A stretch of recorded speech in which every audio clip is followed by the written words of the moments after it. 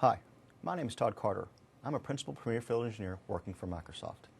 In this module, we will go over a new way of adding customizations within SharePoint 2010 called Sandbox Solutions. This module covers 4 areas important to understanding Sandbox Solutions. In the first section, we will introduce the rationale behind Sandbox Solutions and the problems they solve. We then move on to introduce you how Sandbox Solutions execute and their capabilities. Then we discuss how to build Sandbox Solutions. And finally, in the last part, we discuss how administrators can monitor Sandbox Solutions. So let's dive right in and introduce the concept of Sandbox Solutions. SharePoint is a great platform for building solutions which allow users to collaborate and share information. This has always been an important part of SharePoint's success. Allowing users to provision sites, lists, and libraries is powerful functionality. However, the real value of SharePoint lies in the customizations that enable you to maximize potential that comes from custom web parts, workflows, and accessing line of business data. SharePoint 2007, you need IT to install and maintain these customizations. This slows down the business and impacts IT unnecessarily. There are many cases where some capabilities must be provided by custom developed solutions. Where allowed, administrators had a limited set of tools available to limit or control the impact these customizations might have on the farm.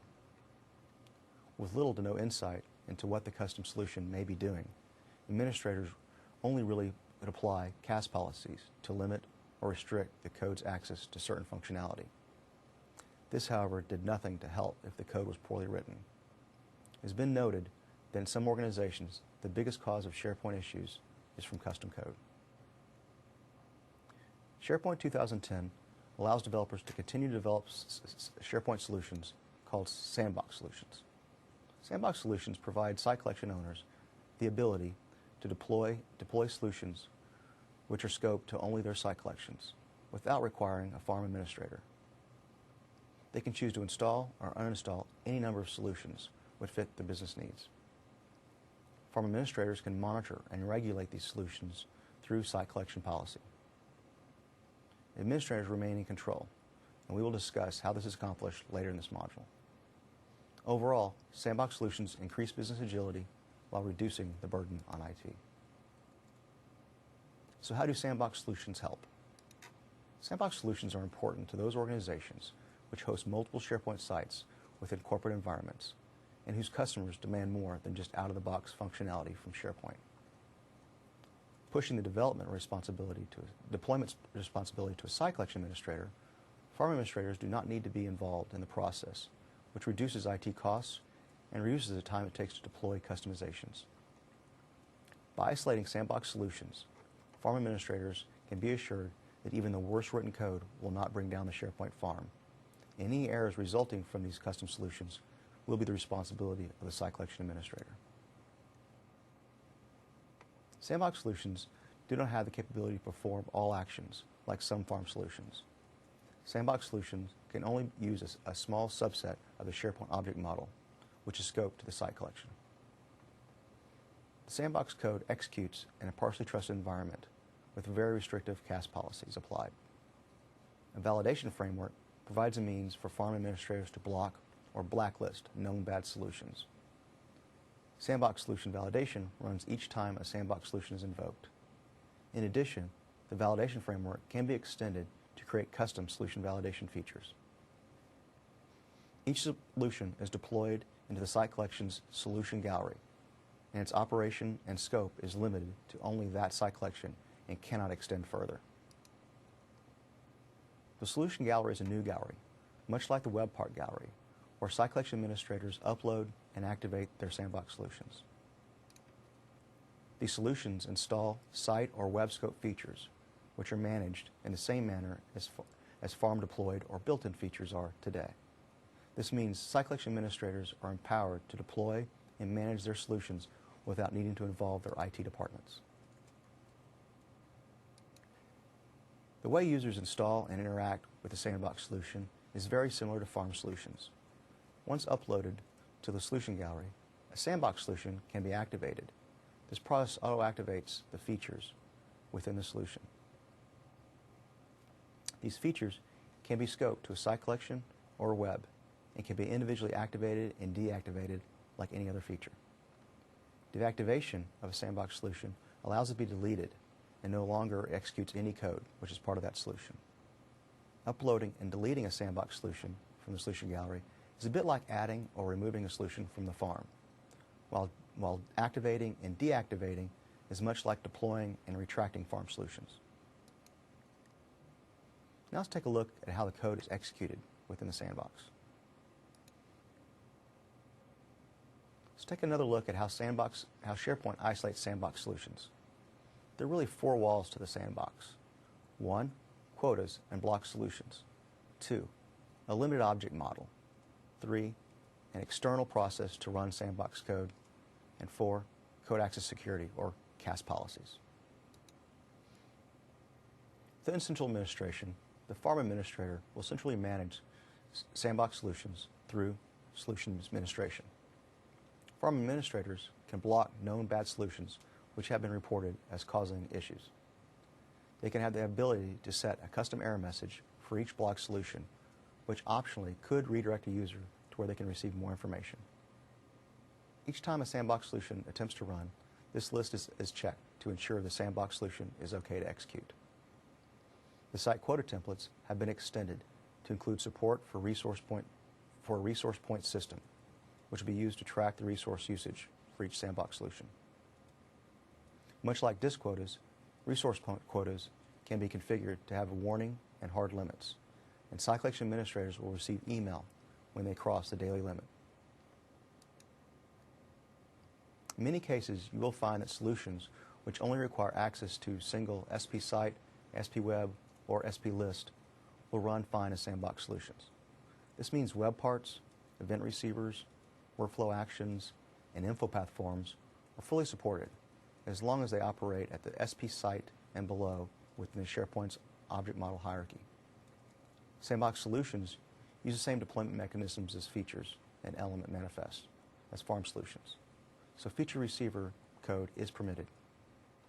As mentioned earlier, all features must be scoped to the site or web. Any attempt to use SP security will fail, just as any attempts to create new site collections. While much of what is in the Microsoft.SharePoint namespace is available, it's important to note the administration and the web controls namespaces are not. Visual Studio 2010 filters IntelliSense based on whether you develop a full trust or Sandbox solution, so this will help aid in the understanding what's in and what's out when developing Sandbox solutions. Each server within a SharePoint 2010 farm includes an SPUC host service. This service must be started on each server in the farm where Sandbox solutions will be allowed to run. This process will start 2 additional processes. The SPUC, or SP user code worker process, is a process which hosts any custom code or assemblies, which is deployed as part of the Sandbox solution. Because this code doesn't execute within the IS worker process, it's totally isolated, and any code being executed cannot be used to bring down IS. This process loads a limited Microsoft.SharePoint assembly, which exposes a very limited object model to the Sandbox solution. This specialized assembly will make remoting calls into the Sandbox worker process proxy, which is used to access the real SharePoint object model. The SPUC host service manages these 2 child processes and may destroy and create new processes as needed. Code access security policies are used to ensure Sandbox solutions cannot do much more than call into a limited SharePoint object model. Most of the .NET framework is available to Sandbox solutions, but only to the point which is allowed by the CAS policies. Sandbox solutions are transparent to users. Although the execution of the Sandbox solution happens outside of SharePoint and IS, users of the site to where the Sandbox solution is deployed and in use will not see any difference in how the solutions operate. This transparency is achieved partly by the execution manager, which detects if a Sandbox code is being used and, if necessary, redirects the execution into the SPUC host service using .NET Remoting. The host service will either create a new or route the call to an existing worker service process, which will execute the code and return the results back to the IIS worker process. Customizations, which are part of a page request, event, or workflow, which include custom code, must be executed in the sandbox. The server that receives a request finds a place to execute the code. This will either be locally or on a load balance machine. The user code service picks up the request and spawns a worker process. The worker process executes that request in a fake web app context and returns a result. So let's look at the execution in a bit more detail. Let's suppose we have a webparts.wsp package that contains the web part named foo. The SP site admin will upload the solution package into the solution gallery of the SP site. The admin then activates the solution. This activates the features within the solution, and the .webpart files are copied to the webpart gallery. Sometime later, a user decides to add the webpart to their home page. They go into the webpart edit mode and click Add a webpart. They notice the additional foo webpart and click Add. SharePoint now checks to see if the foo.dll file, which is used to back this webpart, is installed into the assembly cache. In this case, we'll assume it's not. The assembly is extracted from the solution package, which is stored in the content database and is copied into the assembly cache. Now the webpart is about to be used. The assembly is then loaded into the SPUC worker process, and the code is executed. Using .NET Remoting, the worker process delivers a response rendered from the webpart. It's important to note that ASP.NET objects such as HTTP context, HTTP response, and HTTP requests are available to the webpart. However, these copies are not the real objects and have only been serialized and sent to the worker process. These objects can be modified, however, any state will not be pushed back into the IS worker process. For example, if you attempt to add a new HTTP cookie into the HTTP response object, the operation will appear to work. However, the cookie will never be sent back to the client. Let's talk about building Sandbox solutions. As previously mentioned, Sandbox solutions use limited object model and have access to most of the objects under the SP site. Deploying client applications such as Silverlight, who may access data external of SharePoint, are supported since the code runs on the client machine. Sandbox solutions support many different types of solutions. It's important to note, however, visual web parts are not supported. These web parts load user controls from the disk, and disk I/O is not allowed. In most cases, any object which supports XML declaration can be instantiated with Sandbox solutions. Custom actions are supported as Sandbox solutions, but must use a special declaration, which marks them as Sandbox custom actions. Please refer to the Ignite developer module on workflow for more information.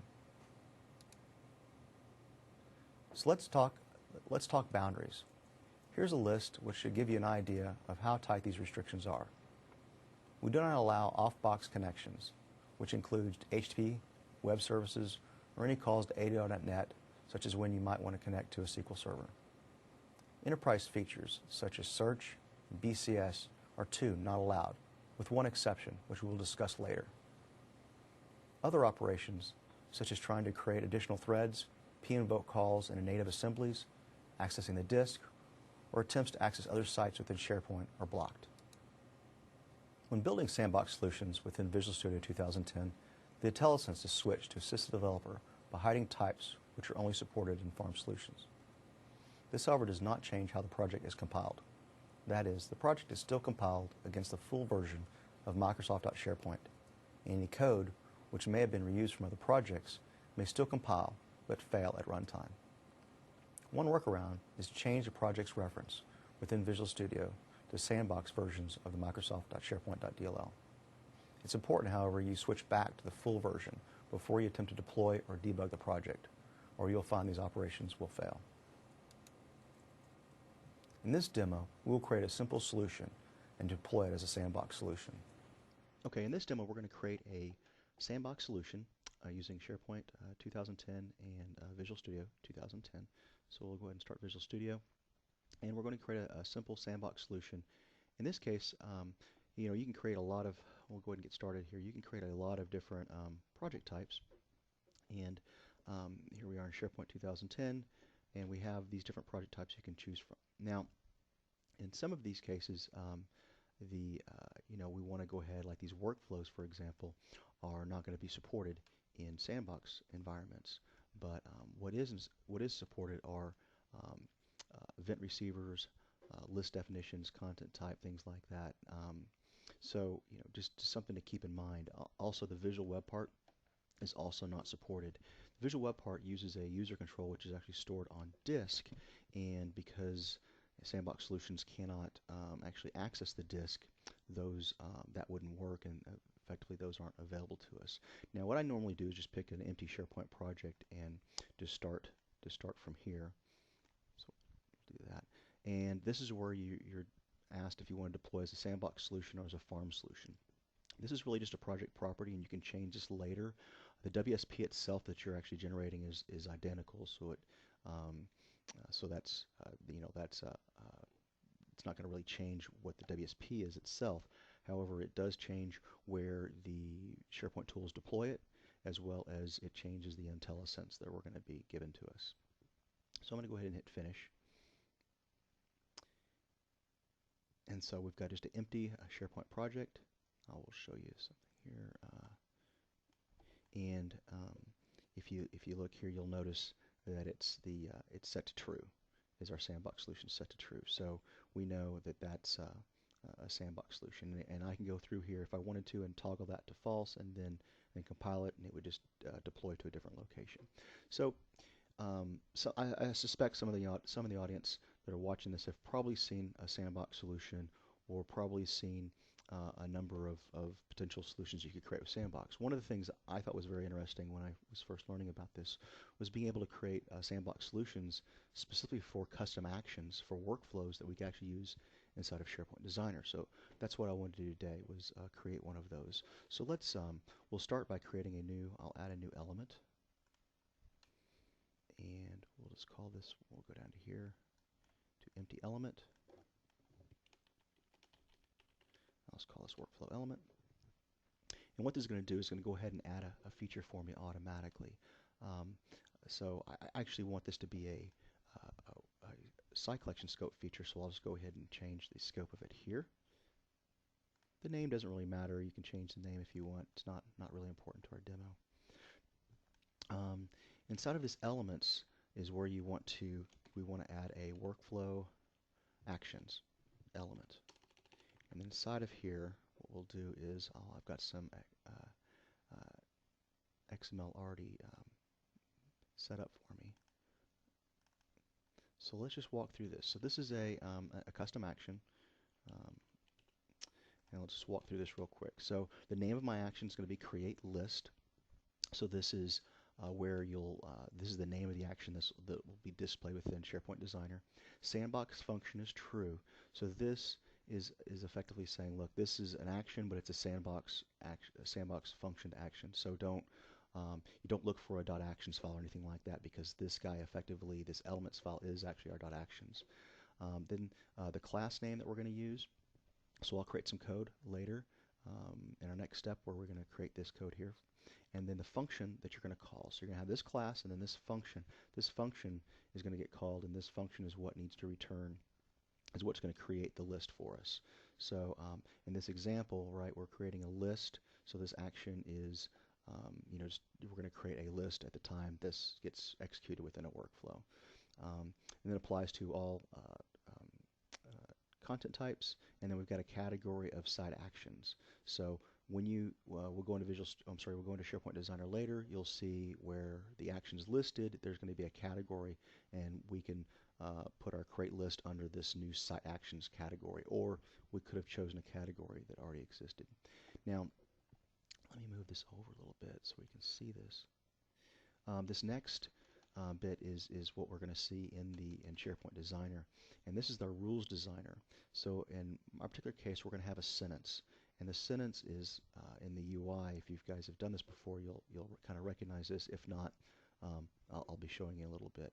But this is the sentence is going to be create list named, and then a field effectively, which I'll show you next, and then it's going to say select advanced properties to configure additional settings. So this is just kind of a hint to the user that, hey, if you have additional settings you want to set, you might want to go into the additional settings. Again, I'll show you that when we get into the demo. So we need to bind this to a field. So we use this what we call field bind element And the ID, ID1 here is the ID1 here, or %1 here. So if you had multiples of these, you'd have multiple field bind elements, each one of them with the ID that associated back to this sentence. The field that I'm going to call, I'm calling it list name, and then the designer type is going to be text. So there's multiple designer types that you can put in here, and for our, you've got text, Boolean, you've got different, you've got a drop down, email. So there's various designers that are already supported within SharePoint Designer. So in our particular case, we just need this, but it might be interesting to play around with those and put different designers in there because it allows you to do different things. And the text that we're going to put in there is we're just going to call it this list. So this kind of gets substituted at design time, and this list kind of looks like a link. The other items, and these are really parameters to our function that we're going to call. So this create list function, these are parameters. This first one's going to be necessary just to pass the context. So the type of the context is going to be this workflow context. And from that you'll see we'll get to our web and our site and various things. List name matches our field list name, so this is kind of going to flow through here. So whatever the user puts in for the value here will actually go into our list name. The parameter list name will get that value passed. And we also have this description, list template, and document template. And these are all strings. These are all strings, so they'll be passed straight on as well. And notice they're going to be text box type as well. However, these, since they don't have any binding right in here into the rule designer, we're going to have to use a property grid to actually set those. And you notice here I've set initial value of for the description of list created by workflow and initial value of announcements. So this is the actual list template that we're going to use. So you can change that from announcements to custom list or whatever you want, but that's effectively the list template. And we also have, again, down here the document template. So if you were going to create a doc type, a document library, and you wanted to pass a doc template, you could do that here as well. So that's really the XML. We'll just go ahead and save that. Now the code that we want to create, let's go ahead and do that. And actually, it's easier if I just do it this way. So add a class. Let's call this custom action.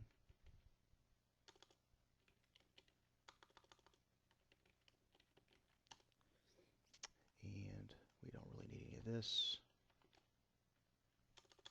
Let's call it. So here we are. So this is the workflow action code that we're going to use. So this is my class that you saw me define previously in the XML. We'll open that back up so you can see that. So that's this class here. Oh, one thing I wanted to point out while I'm in here is the assembly. Now, the assembly here we want to use is going to be a, notice there's no assembly here. So what I want to show you is how to get the assembly for here. So I can't ever remember the replacement value that the SharePoint tools use. So what you can do is actually go in here to feature, add an event receiver, then go look at the designer, and then what gets placed in here is this assembly full name. So what we can do is just select this, and this is actually the full name of our assembly. So I'll just go ahead and copy that out, and then we'll put that right in here. So that will ensure that we've got the right assembly name loaded up for us. So that'll get replaced when we go to compile and deploy. So I actually don't need the receiver anymore, so I can get rid of that. But before we get too far along, I did want to show you that. So let's go back to our custom action. So here's our properties that we're going to take in that we defined: context, list name, description, list template, and document template. And notice the function, this method definition returns a hash table. This is just what the workflow expects. In our particular case, we're just going to return a new hash table, just empty. There's not really going to be anything to return in this case because we're just doing all the work within this method. Really what we're doing is we're going to go through here. We're going to have a few local variables. I also found we probably want to go ahead and clean up any of these strings. Since the users actually type this stuff in, there could be a case where we might have some spaces surrounding the actual values, and those won't work very well when we try to index into, use these as an index into several list items here. So that's not going to work. So let's go ahead and just trim these up and make sure they're nice and clean and about what we expect. Then what I do is we use the context to get the site, and then we're also going to use it to get the web. And so now once we have our web, we then want to get our workflow. So since this action could be used potentially in a list workflow or site workflow, the workflow itself could be in two different locations. So first we're going to do is look at the context. So if it has a list ID, it means it's a list workflow. So what we'll do is we'll just grab the list, and then we'll go in and get the context, get the item ID, and once we have that, then we can get the workflow. Otherwise, it's a site workflow, and then we just get that right off the current web and just pass the workflow instance ID. So either way, you're either going to get the workflow, you're going to get a new workflow from the item and pass the workflow instance ID, or you're going to get it from the web. But those are the two different ways you need to support grabbing the SP workflow in either case. So pretty much all your actions are going to have that same sort of pattern. Step 2, we're going to go ahead and get the list template. So this is the type of template we might want to create. So if a user didn't pass us a list template name, we're just going to create one called custom list. We defaulted to announcements, and so we're probably okay there unless somebody just decided to clear it out. Then we'll still come in with a custom list. Otherwise, what we'll do is if they gave us something else, what we'll do is we'll come in here and try to grab, based on the list template, we'll try to grab the current SP list template. Now, if this happens to fail and they give us a name that doesn't exist, what we're going to do is we're going to catch the exception, and then we're going to log into the workflow history that we couldn't find your list template, and then we'll just throw an exception. Otherwise, we will jump to step 3 here, which will be to handle the case where we have a document library. So if the list template they chose was a type document library, then they may want to decide, they may have given us a doc template to use as well. So in that case, what we'll do is we'll go through here and look for any doc template, the doc template they may have supplied us, and of course if we can't find one, then we will throw an exception in that case. Again, using the same writing to the event, history. And so in the case that we've got we don't have a doc template, we're just going to create a normal list. So we're going to pass the list name, description, and then the template that we want to create. Or if we're going to create a document library, for example, we'll do the same thing, except for in this particular case, we're going to pass the document template that we want to use. So that's really the code. All of this code will run within a Sandbox solution, so there's nothing here that we're doing that isn't supported. Notice we support everything under the Microsoft.SharePoint, or most everything under the Microsoft.SharePoint. Stuff like in the administrator namespace is not going to be supported, but I think what you can see here is we're okay. Now, a couple things which I'll talk about later in the slides is that when you're in here and you're coding this, the IntelliSense is trimmed to support the Sandbox project type that you're using. So that's great, and it helps you as a developer when you're typing. But if you were to take some code, copy and paste it in here, it would compile just fine, even though some of that code may not be available to Sandbox solutions. So just be aware of that. So be very careful when you see little squigglies there in your code. If you can still compile and it'll work, but the IntelliSense is going to kind of warn you and say, hey, by the way, that doesn't look too great. So we've already got everything we need here. We can build, and I will go ahead and deploy this. So deploy is started, and you can see here in the bottom it's ready. So let's take a look. Go and refresh this. Okay, so let's go to site settings. And we'll go down in here to Solutions, which is our new solution gallery. And you can see here's my SharePoint Project 7, which has been deployed and it's activated. And you can see I can have resource usage of 0, which we'll discuss a little bit later. So it's activated and it's ready to go. Our features have been auto-started, and so they're ready to go as well. So we're good. So let's go ahead and try to use our custom action. Let's go into SharePoint Designer. Let's open up our site. And let's go ahead and create a new workflow. So let's just create a reusable workflow. Call it demo OF. Workflow, demo workflow, and then content type, we'll just select all for right now. It doesn't really matter what we're doing. And then this is the the designer experience in SharePoint Designer when creating workflows. Now there's a whole Ignite developer section on this, as well as there's an Ignite IT Pro on customizations module here as well. But in this particular case, I'm not going to go into the details, but what you can do is you can actually insert your action here. So in our case, our action, if everything worked, yeah, it's going to be right under here under the site actions. So if you remember, that's that category that we added in there in our XML. So there's our site actions, and here's our create list. Now, this is that sentence that we created. So create list named this list. That's kind of the display.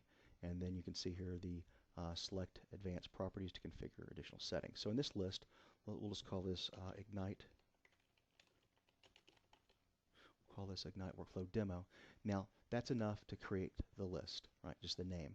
Now, what over here in the properties, this is what I was talking about, where you might want to give additional properties. So in many cases, if you have variables that are necessary for the action to execute, you want to go ahead and put those in the sentence itself where it makes sense. In the case where there may be optional, in particular this case, optional, this list properties is a kind of a nice way to, this property grid is a nice way to go in and add additional properties. So you can see here I've got a description of list created by workflow. I'm going to use the announcements list type, and then my document template is going to be none in this case, and then my list name is a carry forward from my sentence. So nothing really I need to change in here, but I did want to show you how you can put stuff in here. Also notice whenever I select on these guys, I've got the description. So like for example, this guy's probably the most interesting, and so this is saying the name of the document template. And so this is all, if you remember back in my my XML, I can I kind of define what all this looks like. So this is again, SharePoint Designer is loading this up and is able to use this even though this is a sandbox solution. So we have enough to get going. So what I'll do is I'll go ahead and save this. I'll go ahead and publish this workflow. Okay, so now it's published, so it's ready to be used. So let's go into Share Documents, and let's go ahead and go to the library, and let's go ahead and add a workflow. The workflow we're going to create is the new instance is a demo workflow. We'll just call this demo.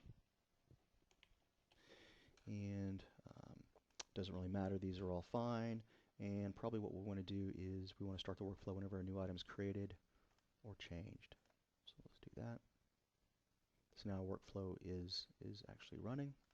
Let's go back over here and or not running, but ready to be run. Let's go ahead and add a document.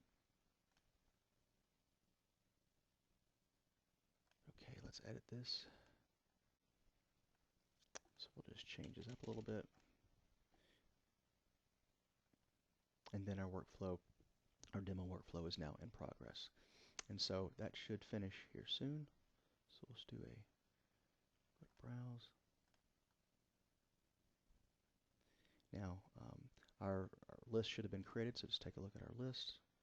And so there is our Ignite workflow demo list, which is a type of announcement which was created because of that that new custom action in a workflow.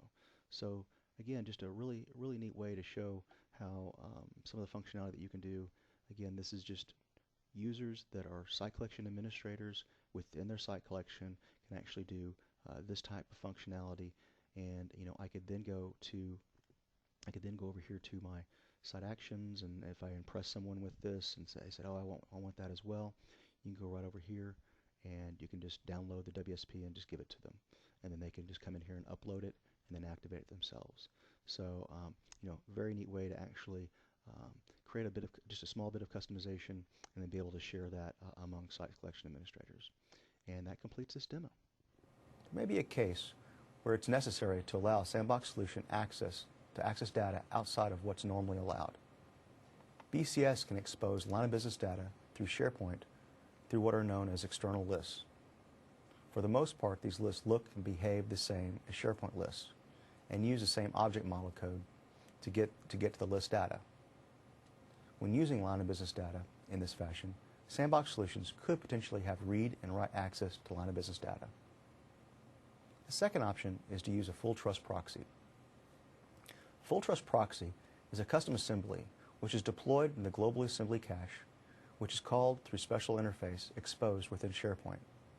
SharePoint will pass an instance of an SP proxy operation args object to the proxy operation, which is running as a full trust, and will execute the request and return the results back into the worker service process and into the Sandbox code. In the next demo, I'll show you how to build and deploy a full trust proxy. Okay, in this demo I'm going to show you a full trust proxy that is going to allow users to write Sandbox solutions and then be able to use this proxy to actually go and list contents of a disk. So normally, using Sandbox solutions, you're not allowed to read from the disk, but using this full trust proxy in this particular demo, we're going to allow them to do that. So the project itself is made up, the solution actually is made up of three different projects. This first one, box demo, this is our Sandbox solution. You can excuse me, you can see that right down here. We have it set for our Sandbox solution, and then we have our full trust proxy, which is again looking down here. You can see that it's not a Sandbox solution, so it's a full trust. So that's kind of the indication right there. And then we have this proxy args. Now these first two are SharePoint solutions. This last one is really just a class library, just a normal C# class library in my case. Now what I've done is we'll go in here and take a look at what I've created. So when you create a full trust proxy, you can pass arguments to that proxy. So in this particular example, we are trying to pass the directory that we want we want the full trust proxy to enumerate for us. So Sandbox solution passing that, allowing that to happen. Now, so that's really what we're passing here. So the arguments that we're going to pass, this class needs to derive from SP proxy operation args. Let me make that a little larger. And then anything we want to hang off of there as far as properties. In this particular case, the directory name is what I want, and we'll just do that. Now, whenever we create a proxy, we have to register the assembly name and the proxy type name. And so what I've done, just to make it easy for me, since the proxy arguments as well as the proxy itself, which we'll look at in just a second, are very tightly coupled, what I've done is I just went ahead, just made sense to me just to host these constant strings right in here. But it's not necessary. It's maybe you can put these somewhere else if you want. But in my particular case, the assembly name is my full trust proxy demo, which is my assembly, the version, and the various other components that allow it to be hosted within the GAC. And then the proxy type name, so my full proxy.demo file system proxy class. So we'll take a look. So this is really the entire assembly here. So this assembly is going to be referenced by this project, is going to reference this assembly. And so what we're going to do is in here, we're going to create our proxy, and that has to be derived from SP proxy operation. And so I'm just going to create what we call a file system proxy. And this is, you'll notice the namespace, the file system proxy is exactly what I just showed you previously, is that's in that string. This actually has only one method that you want to override, and that's the execute, and you're going to pass back an object. Now, you're passing back this object, and obviously the object itself needs to be serializable, but what you're doing is you're passing by the object, and then the caller is responsible for converting that object into something that they understand. In this particular case, we're going to pass back a string array of the files. So what we're going to do is we're going to take the arguments that get passed into us, and we're going to convert those as a file system proxy args. And then I'm going to cast that and then grab the directory name. Remember, that's that property hanging off, or that field hanging off those arguments. So now I have my path. I just do a little checking to make sure my path is decent. And then if it is, I want to go ahead and get the files from that path using directory.getFiles. And then now at this point I have my string array of files, and then I can just return that back to the caller. Now, a couple things just to show you here. This project here has a reference to my proxy args.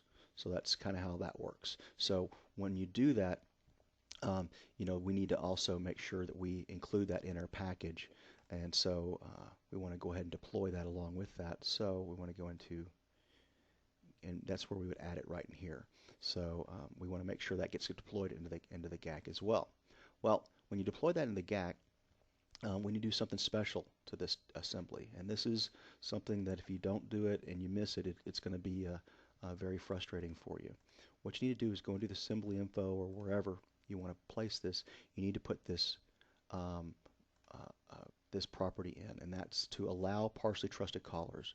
So you can imagine, right, that the arguments are going to get passed from my Sandbox solution to my full trust proxy. And what that means is that needs to be at a place where both of those guys can get hold of that. Well, putting it in the GAC allows that to happen. However, without this allow partially trusted callers, which my web part, my Sandbox, is a partially trusted caller, without that, it wouldn't be able to instantiate the arguments so they could pass it to the full trust proxy. So keep that in mind. This is an absolute must here, and there's really just no way around that. And that's also why I put this in a separate project or assembly, is because we may not want to allow everything in the assembly that we're deploying into the GAC to be allowed that partial trusted callers can call into. So that's kind of why we separate that out. So that said, let's take a look at what our Sandbox web part's going to do. So in this particular case, we've got our web part that we've created. I've just created a very simple text box, button, and list box. Just add these to the control tree. Nothing real fancy. Here's where we're interesting, where I had this file list. This is just my list. I'm going to go ahead and clear it out. And then what I'm going to do is I'm going to create this new file system proxy args. And what I'm going to do is grab from a text box that I have the text of that, and that's effectively the text the user typed in to go the directory name effectively. And so I've built my proxy args at this point. Now, keep in mind, this project 2 has a reference to the file system proxy args. So in your project here, you would create that. Now this is one solution, but you can imagine that what's really going to happen is users are not going to have this project. They're going to have these two projects, but really not this one. So keep that in mind. Now at that point, now I have my file system proxy args. This is where the call is going to make to call the proxy. So I'm going to call this SP utility execute register proxy operation, and I'm going to pass it the assembly name, which again comes right out of the arguments, as well as the type name. And then I'm going to pass the arguments.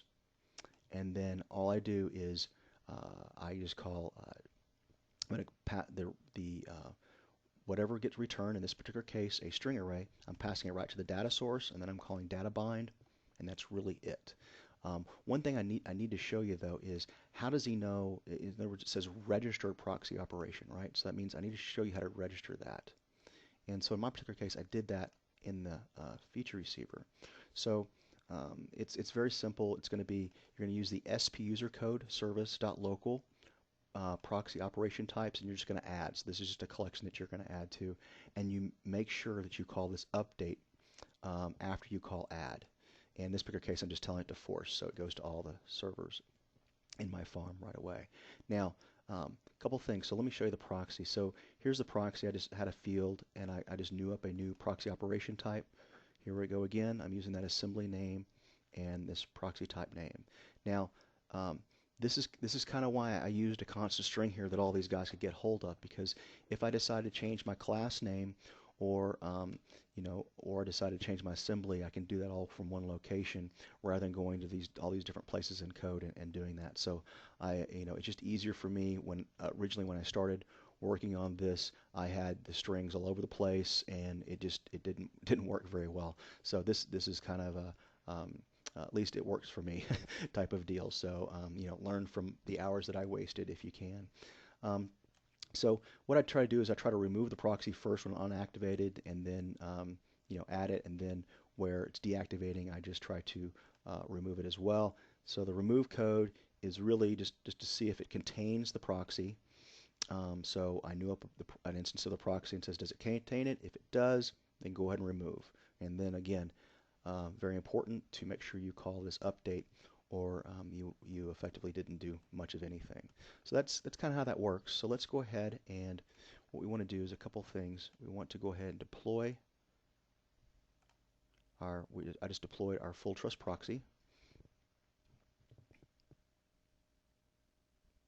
And so down here at the bottom is where I'm looking to make sure that's being deployed at the bottom of right down here. So it's adding solution. Deployed succeeded. Now I want to deploy my web part. I'll go ahead and build it first. Just because then I'll deploy. Okay. Now here's my intranet site. Let's go ahead and hit that guy. All right. And then let's take a look at, just to show you where it's placed, like I showed you before, just make sure it gets deployed. In my solution gallery, there's my demo web part, so I can use it now. So let's go back to the root page. Let's go ahead and edit this page,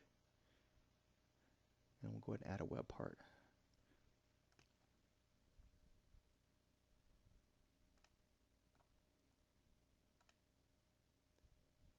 And I called it directory files, so we'll just select that and hit add.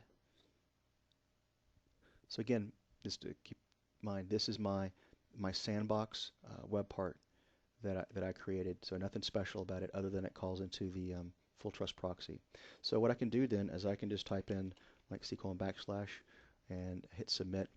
What this will do is call into my proxy, and then it enumerates out everything on my disk at the C drive. So I can do the same thing for, let's say, Windows. Now, as you would probably guess, you're not going to be allowed to do this with a Sandbox solution. So this is a nice way to open up, or what I call breaking out of the sandbox, and just giving the user specific activities they can run. So you can imagine creating potentially many of these operations that you're allowing users to use, and then you maybe share those inside of an assembly where it's more of just a framework they can use to get to various bits of data. So various activities. You can imagine you probably would put logging in this. You probably would put performance counters and various things, so you can actually monitor what's being used. So that's really what we're doing here. So pretty nice way to actually allow people to do things. It's probably going to find you might find it very useful, especially if your environment supports Sandbox solutions, and then of course actually encourages its use. So what you're doing is you're really expanding its availability and its usefulness by doing this. So that concludes this demo. Thanks. At this point, we'll shift gears a bit and talk about how administrators can configure and monitor the resources used by Sandbox solutions. The Sandbox infrastructure can be configured for two modes: local mode and remote mode. In local mode, the user code service is started on each web front end, and any request to execute Sandbox code will be routed to that service running on the local machine.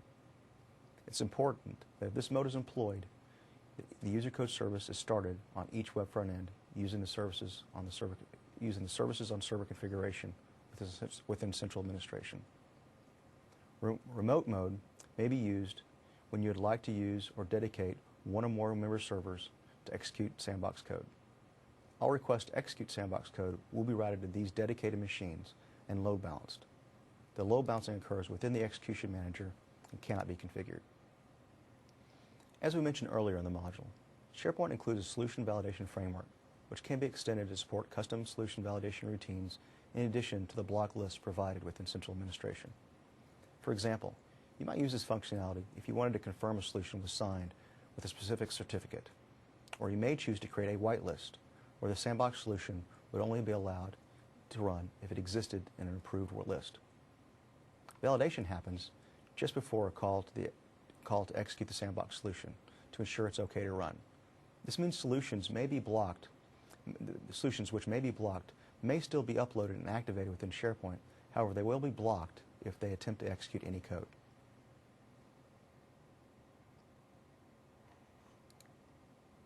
As previously mentioned, site collection quotas can be configured to warn and potentially block when resource usage has been reached. This is a daily accumulation, so you may find warnings and block solutions may be more prevalent later in the business workday. The quota is a measure of all resource measures across all solutions in the site collection. Sandbox solutions are not individually assigned resource points, so a poorly behaving Sandbox solution could potentially use up much of a site collection's daily quota, to the point that a well-written Sandbox solution in the same site collection is executed. When it's executed, the execution is actually blocked because of insufficient quota. In total, SharePoint monitors 14 different resources and uses a point system to assign the number of resource points to a site collection. In many cases, it takes a few up to many resources to only use one resource point. In addition, there's a hard limit on the number of resources that can be used per invocation of a Sandbox solution.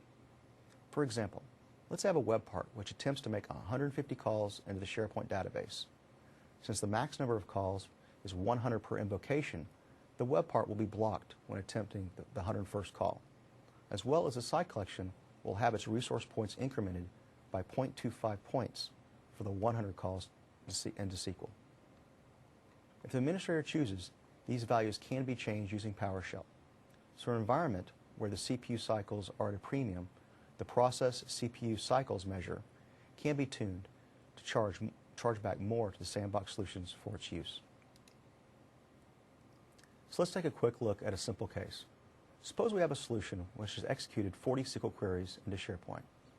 And we know from the previous slide, by default, we charge 1 point per 400 queries.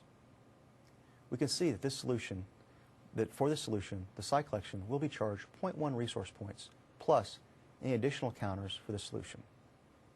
This value is added to the resource points used by other solutions that may be deployed and in use within the site collection.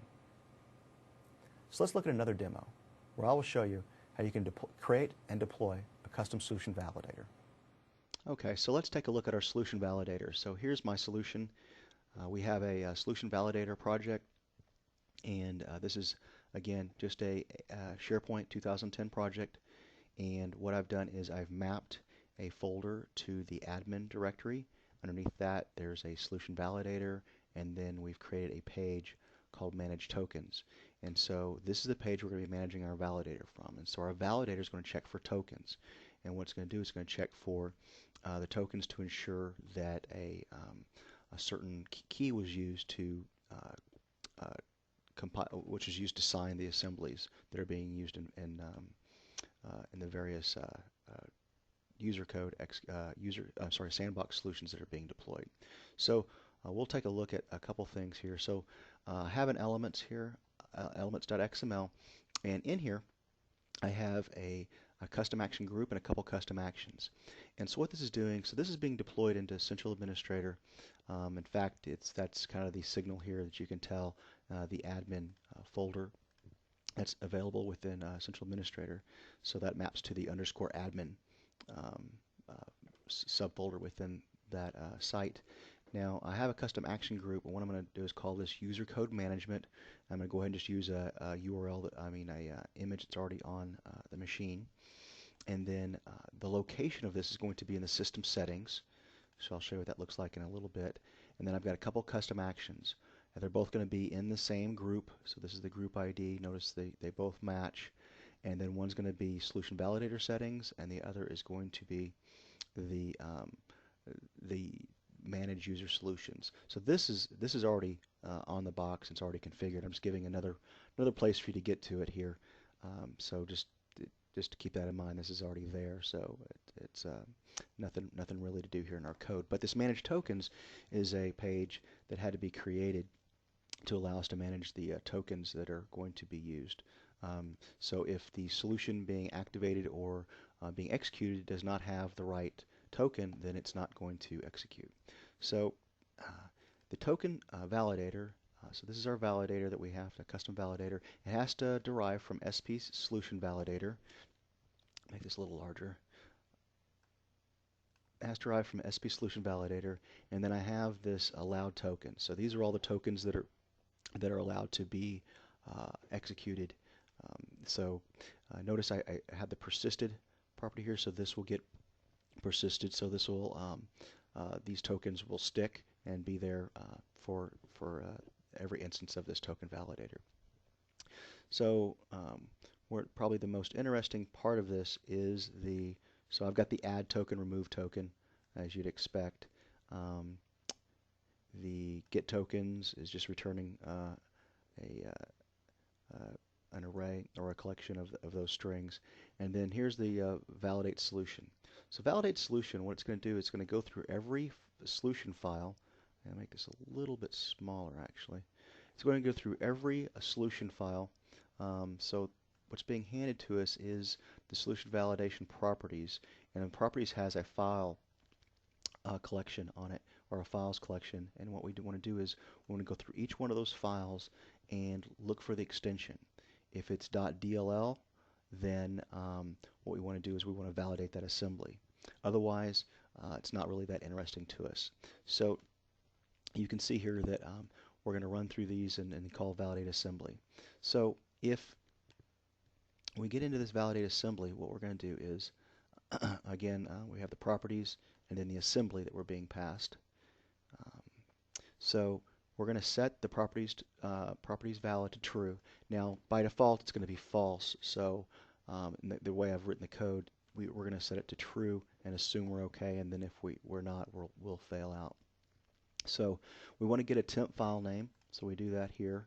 And then we're actually going to read in the assembly. So we're going to open assembly, open binary to array, and then we're going to write that to a file.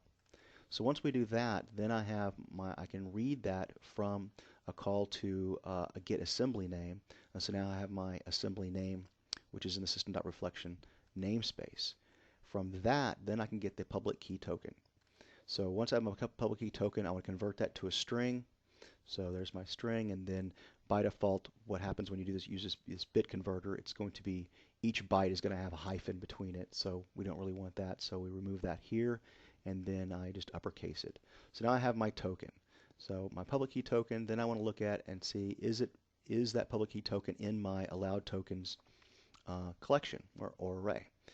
If it's not, in other words, the count is 0, then we want to go ahead and set it false, the property to false, and then say, yep, you don't have a valid public key. And then finally, we go ahead and just clean up our temporary file. So really, that's how simple this is. What you will notice, though, is we have these two public overrides. So sometimes a validate solution will be called, and sometimes validate assembly will be called. And so what's going to happen is when you create a new solution or upload a solution, we're going to call validate solution. And if validate solution passes, then we're actually going to call validate assembly. So we're actually doing the same thing twice here. So what's going to happen is if your solution passes, then we'll go ahead and call validate assembly to make sure those pass. So we could have written this a different way. I could have just assumed, I could have always just passed validate a solution and pass it on through, says, yep, it's good, and then just gone, and then validate assembly would have been called. So what happens is, in this case, when the validate solution So when we have a valid solution, what's going to happen is this is going to get called, and then this is going to get called, effectively doing the work twice, but it's really not that big of a deal. And I did want to kind of show you how you could enumerate through these assemblies if you wanted to. So that was kind of the idea here. So we have that, and I'm going to close this down. And then one more thing I wanted to show you. So we have a farm level feature, and we want to look at the feature receiver. And so let's take a look at how we actually wire this up. So we call the SP user code service, the local instance of that, and then we get the current validator. And so the current validator, what we're going to do is check to see if the validator already exists using a validator name. In our case, hopefully it's not going to exist, so it'll be null. And then we're going to instantiate a new one, passing this validator name, this public key token validator. Just a name, we call it. It's whatever, however we want to refer to it. So I have my new token validator, and then I just add that to the solution validators. Again, making sure I call update is always preferred here. So we'll do that, and we will be in business. So let's take a look. Let's go ahead and deploy this. So we'll go over here.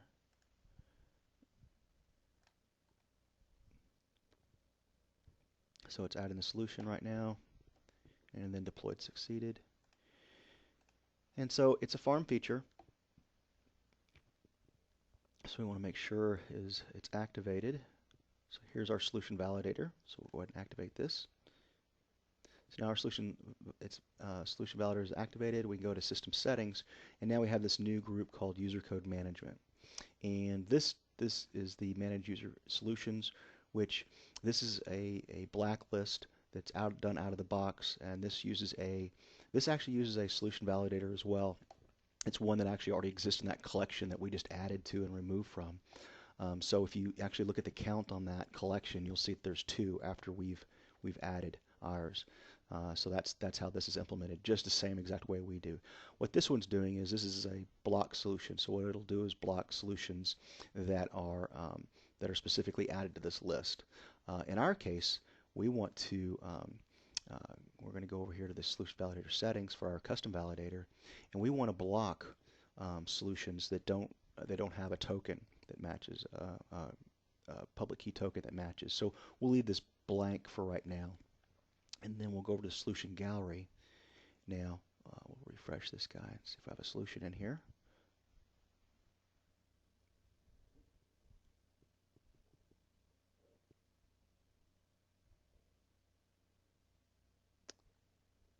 And so what we want to do is once this refreshes, we want to upload or try to activate a solution. So yeah, there's not a solution in here right now. So I have one on my desktop, so let's go ahead and add that.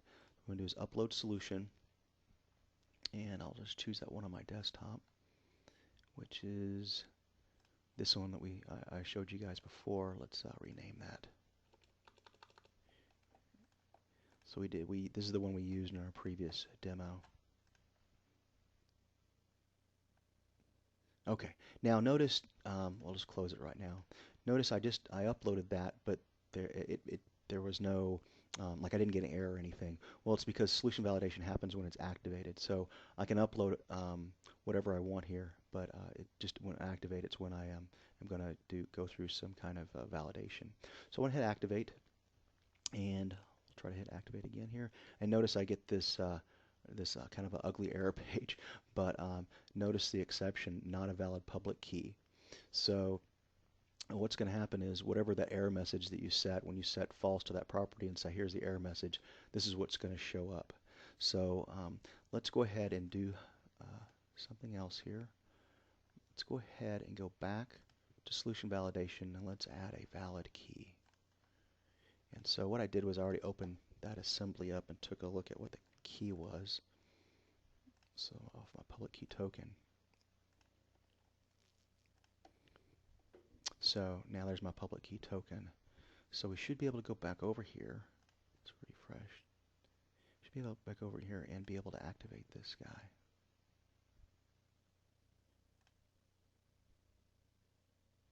Now he's activated, and then whenever I go over to the main page here, let's do browse, go over here.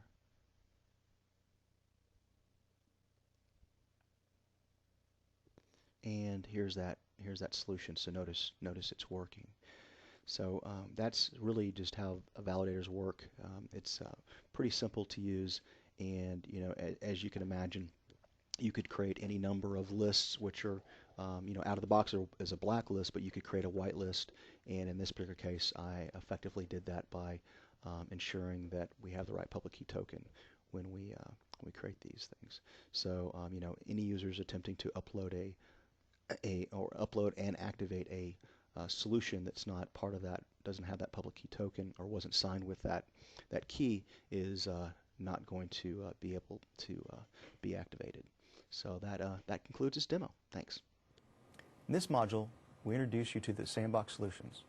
We covered how Sandbox solutions execute within SharePoint, how to build Sandbox solutions, and discuss how administrators can monitor Sandbox resources.